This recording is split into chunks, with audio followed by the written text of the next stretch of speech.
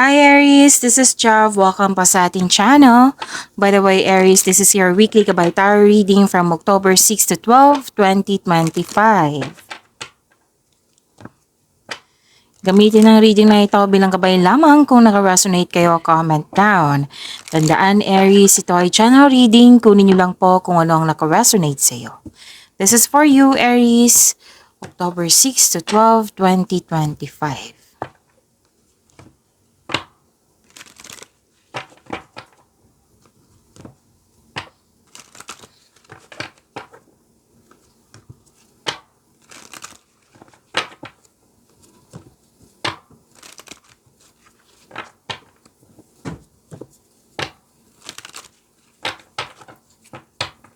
Para po ito sa iyo, Aries, ngayong October 6 to 12, 2025.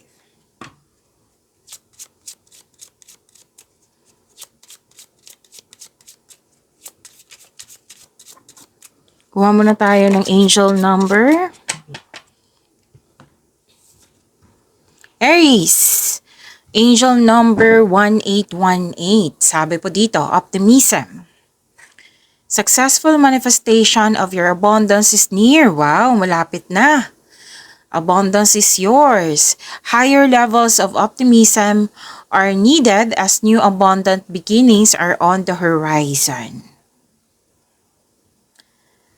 Brighter days always come after the darkest of nights.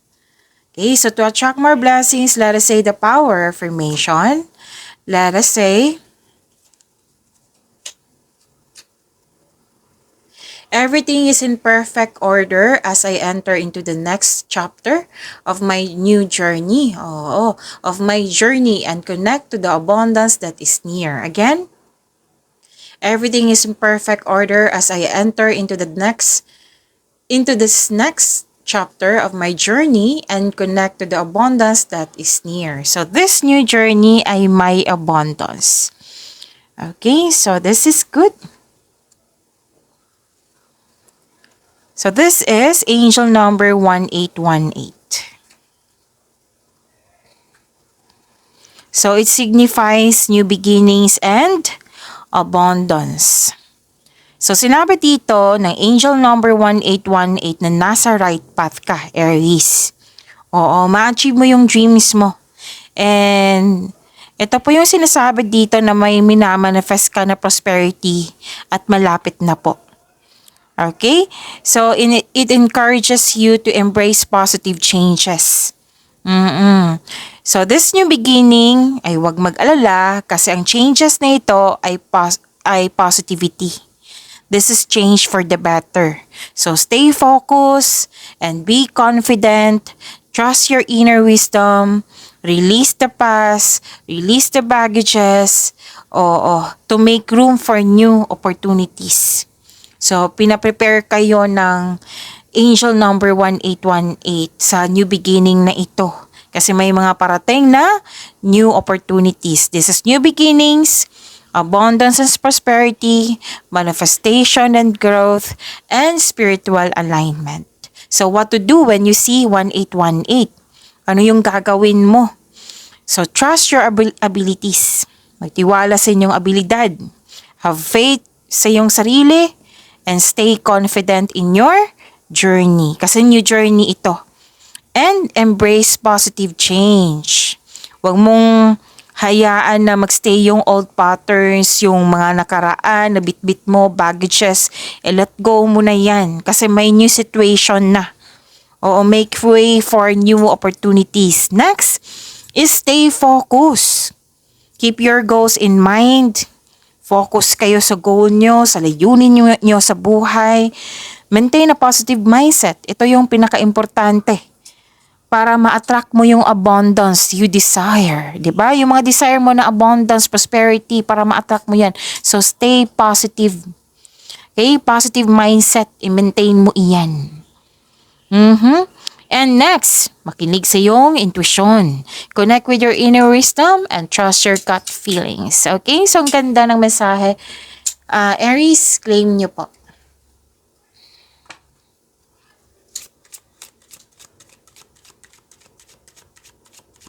Maraming salamat po sa inyo patuloy na suporta, sa mga nag-donate, sa mga hindi nag-skip ng ads, maraming salamat po. Sa mga hindi nag-subscribe, subscribe na po kayo at click bell notification para malaman nyo na may bago tayong video. Para sa mga gusto magpa-reading, comment po kayo ng personal reading. Again, comment kayo ng personal reading and check my reply sa comment section. Harvest. O, new journey din ito. Nag-clarify yung angel number 1818. This is mas lumawak yung ambisyon nyo sa buhay. Harvest time. Pwedeng literal na harvest, pwedeng binayaran kayo sa binigay nyo serbisyo, pwedeng yung product nyo naging fast moving, maraming orders, maraming kliyente, customer, project, yan. Okay, so malakas ang iyong intuition. So sinabi din dito, 'di ba, sa angel number 1818 yun na makinig kayo sa inyong intuition. Lalo na't may new beginning. And ito yung sinabi ko kanina dito sa 1818 nyo na new journey. May new journey po. Oo, nag-clarify po siya dito. New journey, pwedeng magbakasyon, pwedeng adventure din to. Basta may sinabi din dito na bibigyan mo na ng aksyon yung matagal mo ng plano. Okay, so claim nyo po.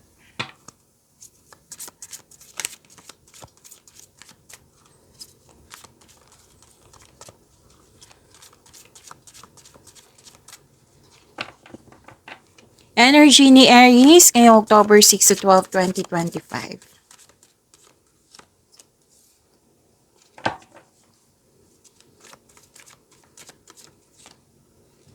Andito pa sa Angel of Enlightenment.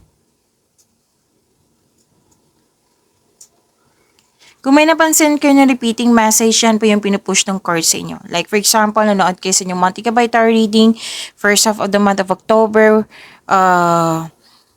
sa inyong daily gabay tarot reading at dito din sa inyong weekly at may napansin kayo na repeating message, yan po yung pinupush ng card sa inyo na kailangan yung bigyan ng atensyon, solusyon at aksyon kung maaari po. So, ano yung energy ni Aries? Okay, so this is, may na-receive kayo na malaking building. May na-receive kayong malaking blessings. Yan po ang tama. Bakit building? Kasi may nakita akong building dito eh. Okay? So, ulitin ko. May na-receive kayo na malaking blessings at naging generous kayo sa kapwa nyo. Hindi ka madamot. Maari makareceive ka ng regalo or tulong. Oo, maari din makaka-receive ka ng malaking pera, pwedeng return investment din po ito. May promotion akong nakikita dito, pwedeng pagtaas ninyong posisyon, kita, allowance, maraming orders, yung sinabi ko kanina. Oo, lumabas din siya dito. Maraming orders ba, maraming kliyente, yan. Maraming ginagawa at the same time makaka-receive ka ng pera. Okay, so may tinutulungan din kayo. Pwedeng nag-donate kayo or nagbigay ng tulong sa mga taong nangailangan. Oo, pwede din naghingi ng ideas sa iyo. So, this is generosity. Oo, at nagkaroon ng pagkakaisa. So, claim nyo po. Kung may nagbigay po ng tulong sa inyo, regalo, tanggapin nyo po. Kasi that is a gift from the universe na pinadaan sa isang tao para ibigay sa iyo. Okay?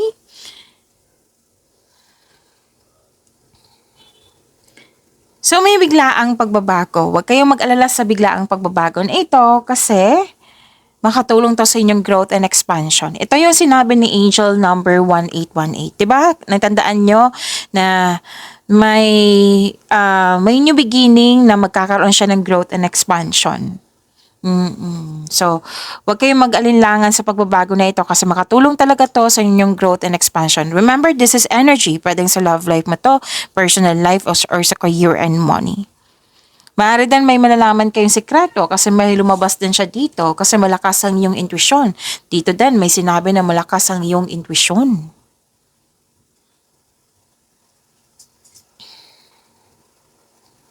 So, andito po si Angel of Enlightenment to attract more blessings. Let us say the power affirmation. Let us say, I surrender to circumstances and trust that I can rebuild. Again, I surrender to circumstances and trust that I can rebuild.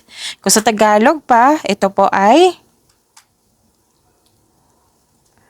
sumusuko ako sa mga pangyayari at nagtitiwala na kaya kong itayo muli.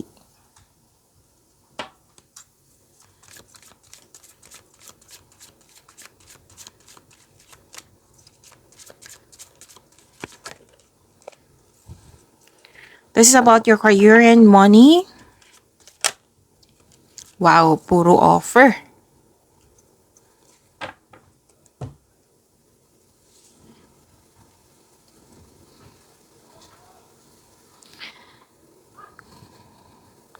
Okay, so this is opportunity. Pwedeng job opportunity, any kind of opportunity na connected sa inyong career and money. Pwede din new source of income to, ha? Oo. Na makainahan sa inyong kaperahan. So, wag mong palampasin ang pagkakataon ito. Okay? Pwede din nag-enjoy ka sa mga ginagawa mo dyan, magaan kasama yung kasamahan mo, masaya ka. Oo. So, this is good. May bagong kasamahan talaga, oh.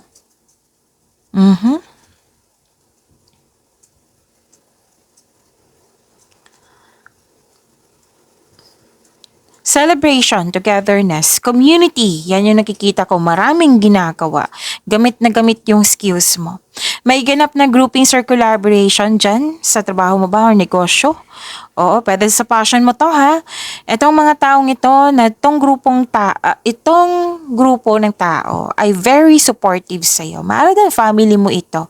Tapos magkakaroon kayo ng outing, company outing, or nag-celebrate kayo dyan. So, gustong-gusto mo itong celebration na ito. Excuse me. Gustong-gusto mo yung celebration na ito kasi this is also means a stress reliever. So, claim nyo po.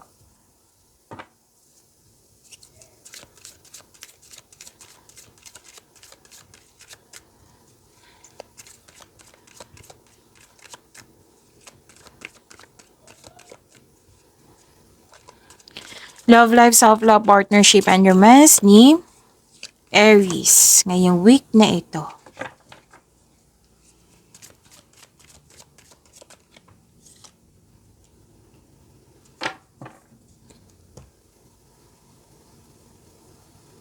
Oh, nakita ko dito Aries na may loss of connection, tampuhan, or space, or paghihiwalay, single ka man, may relasyon sa buhay mag-asawa. Oo. At kung itong taong ito, pwedeng kaibigan mo to, ha, pwedeng partner mo, pwedeng yung taong mahalaga sa'yo, na pwedeng naalala mo rin to. Okay? Pwedeng nangyari na ito sa nakaraan na naalala or may nagpaalala sa'yo.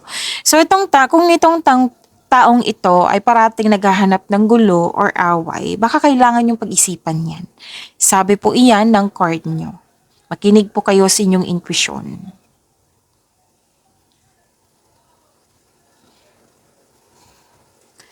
Sa mga single dyan, may parating sa inyo na isang tao, pwede din kaibigan, pwede din maliligaw or liligawan mo na mabilis. Pwedeng aggressive or posibleng bata pa to sa iyo or youthful pa ang attitude. It might be this is an earth signs, Taurus, Virgo, and Capricorn, or an air signs, Gemini, Libra, and Aquarius. Pwede din naman ibang sign pero mas nangingibabaw yung sign nila dito. Yung energy nila dito.